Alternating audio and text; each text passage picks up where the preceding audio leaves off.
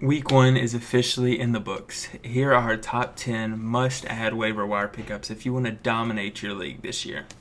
Let's get right into it.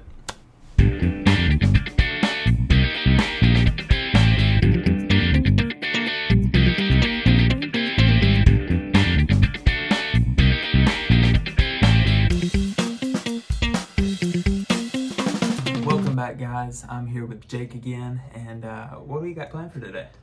Today, we are going to be telling you about those must-adds. These guys are sitting on your waiver wire. You need to pick them up. Right They now. are game changers. Game changers. And so, what do you say? We just get right into I it? say we get right into it. All right.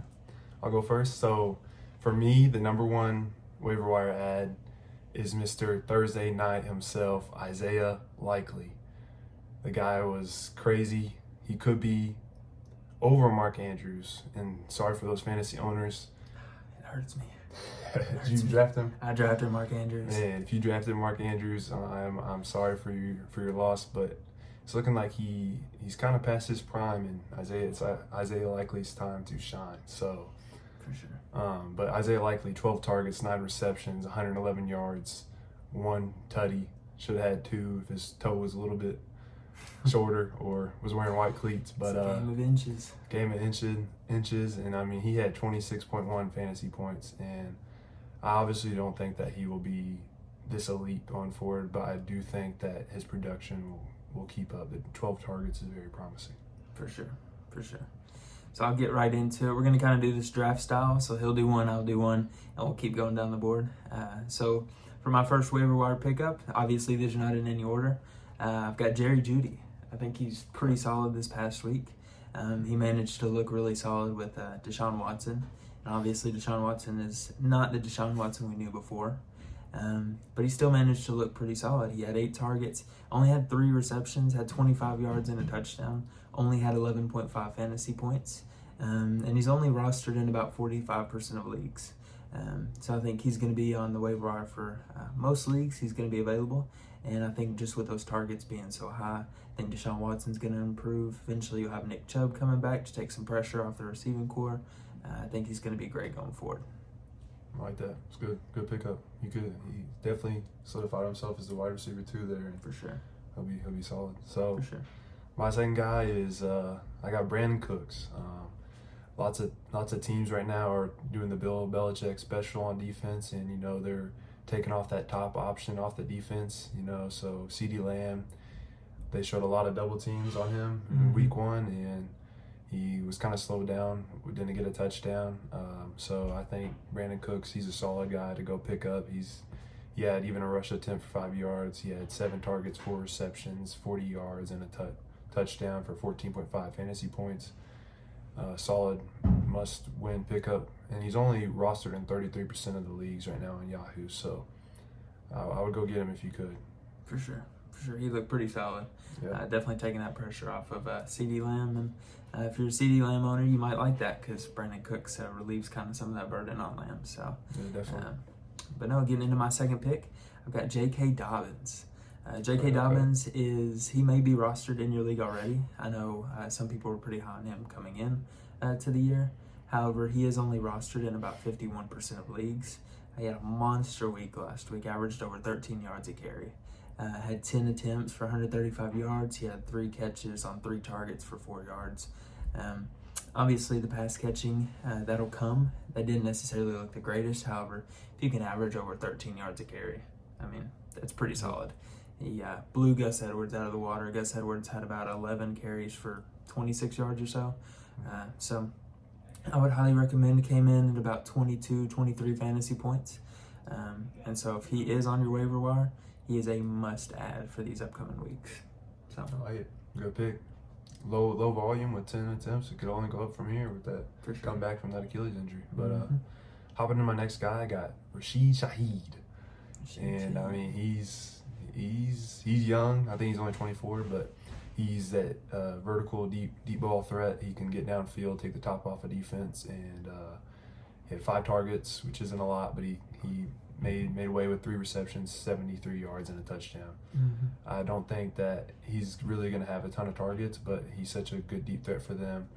And I mean, you saw the Saints put up 47 points in week 1. So It's crazy. I mean, they're high-powered offense. I mean, they weren't playing a great team, but who knows? Rashid Shahed, he had a good season last year, and I think he's going to keep it up this year.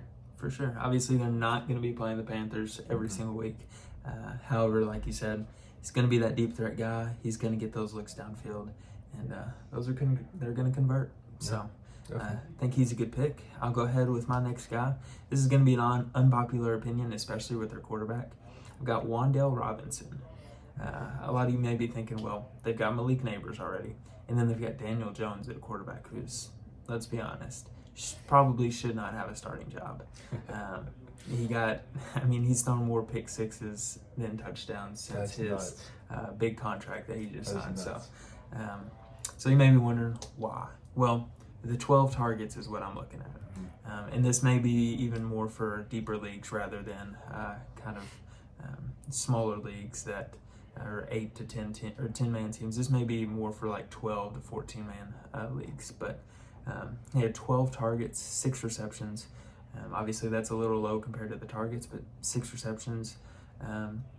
He had 44 yards. He had 1 rush attempt for 14 yards. Obviously, that might not continue. However, just the targets and the volume that he's getting, even with Malik Neighbors, I think it's going to be very beneficial for him in the future. So.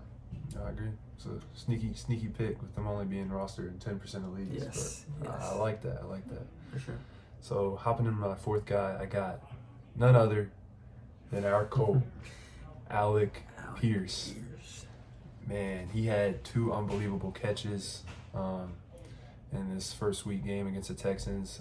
I don't necessarily think that he'll have this level of production going forward. I mean, he only had 3 targets, but he caught all 3 balls, but 2 of them were 60 plus, I mean, one of them was just an insane throw from Anthony Richardson, and so that got him the touchdown.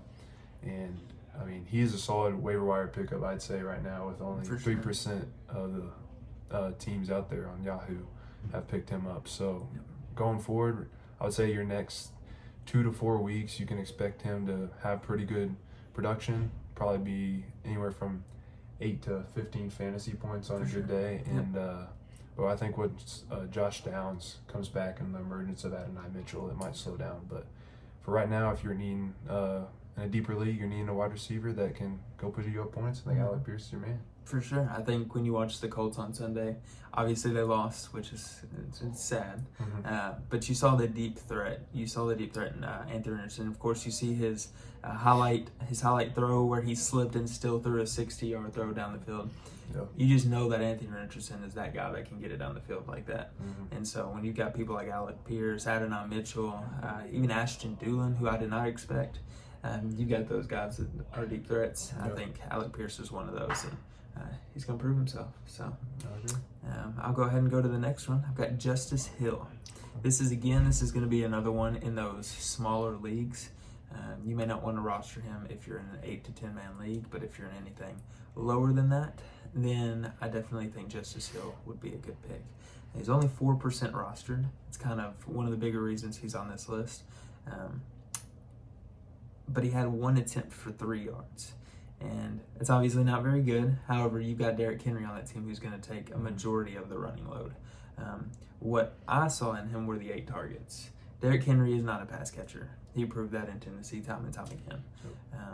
They would always have somebody in the backfield that they would dump it off to, and it would never be Derrick Henry because Derrick Henry tends to take on a majority of the workload as a running back. So the 8 targets, 6 receptions, 52 yards. Obviously, that's only about 11.5 fantasy points, so it's nothing too crazy. It's not going to be like a game changer or like one of those Christian McCaffrey, CeeDee Lamb type guys. However, it's going to be good to have that in maybe your flex spot and just kind of have him set to the side to where he gets those pass catches and maybe even gets a touchdown one of these days. So, yeah, I like that. All right, for my last must-add of this week, this might be somebody that could really be boom. He could really go off now that Puka Nacua is moving to IR and he's going to be out at least 4 weeks. So that is DeMarcus Robinson. He's got a good slot. I mean, he can kind of slide in the slot. He's good in the slot. I mean, kind of can go outside too. He's kind of a jack of all trades, I guess, but he's not anything too special. But with Puka being out and Matthew Stafford throwing the ball, I mean, you might see Cooper Kupp just go and get 25 targets and 20 receptions, but we almost kind of saw that last week. Yeah. So. I mean, somebody else is going to have to take some of the workload on catching balls from Matthew Stafford. And I mean, he's 7% rostered in Yahoo leagues, had 7 targets, 4 receptions, 42 yards. I expect that to go up a little bit. I think he's probably safe option. I'd say about anywhere from 8 to 12 fantasy points you can probably expect from him until Puka's back. But, you know, he could have a really good game and drop 20, who knows. But he's a sneaky little ad for you guys, so I figured I'd throw that in there for my last pick. Yep, I think that's a good pick. I think kind of like you said, Cooper Kupp's going to get his workload. Yep. He got his workload when he had Puka Nacua. Now he doesn't, so he's going to get his, I would say, 15 to 16, 17 targets a game. Every single game. I would almost say at a minimum. However, Matthew Stafford can't throw to Cooper Kupp every single time. Exactly. He's going to have 20 to 30 other attempts that he's going to have to dump off to somebody. And I think Demarcus Robinson's going to be able to step in.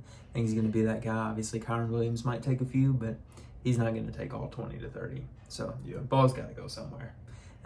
And so I think Demarcus Robinson, he'll be a pretty good pickup. So getting into my last one, got Alexander Madison. Obviously, he got traded to the Raiders from the Vikings this past season. He's only 5% rostered on fantasy lineups mostly because he's not the RB1 right now. He's kind of sitting behind as more of a pass catcher rather than a true running back. I think they kind of decided on that based off of his film from last year. He did not prove himself in Minnesota as a running back one. And so they've kind of stuck him kind of in that Justice Hill role of just being a pass catcher. And I think he actually did fairly good with it last week. He had 6 targets, 4 receptions, 43 yards, a touchdown, and then 5 rushing attempts for 19 yards, which the rushing attempts as a running back, you kind of want to see those a little bit higher. However, he did average close to 4 yards a carry on those 5 attempts. Therefore, they might start to kind of expand, maybe give him 7, maybe 8, and then maybe at some point he wins that starting role. And we start to see not only those targets come in, but the rush attempts as well. He ended up having 16 fantasy points this past week. Don't know if he'll be able to keep that up consistently. However, I would say he's a pretty consistent 9, 10, 11, 12 points per game player. Yeah, for sure. I agree. Definitely another sneaky ad to end off off the 10 most guys. If they're available, you need to go pick them up. Go pick them up right now. I mean, they're all gonna produce. I feel like at least for the short run. We talked about a few guys. You know, you might want to drop after a few weeks from now, but definitely some guys out there if you're looking for. If you lost Puka, like I said, Demarcus Robinson, he's a good pickup because I know he should be out there. And like Grant said, you know, Alexander Madison, ton of potential. Zamir White, we don't necessarily know if he's going to have that starting role. So, yeah. I think in 16 to 17 weeks, when you guys come back to this video and you ended up going with our advice on these picks and you've won your fantasy football championship, you're going to come back and you're going to say, you know what? Y'all were right on all of them. Yes, sir. So we think these guys could change your fantasy outlook, especially if you have injuries. I think they're game changers. I think they're sneaky picks. I think you should be on the lookout for them. So I think that's all we got. Yeah, sounds good. Sounds good. See y'all later. See ya.